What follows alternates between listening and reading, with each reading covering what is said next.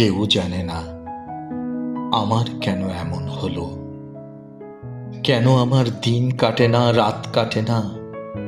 রাত কাটে তো ভোর দেখি না। কেন আমার হাতের মাঝে হাত থাকে না, কেউ জানে না। নষ্ট রাখির কষ্ট নিয়ে অতটা পথ একলা এলাম, পেছন থেকে কেউ বলেনি করুণ পথিক, দুপুর রোদে গাছের নিচে একটু বসে জিরিয়ে নিও। কেউ বলেনি ভালো থেকো, সুখেই থেকো। যুগল চোখে জলের ভাষায় আসার সময় কেউ বলেনি মাথার কসম আবার এসো।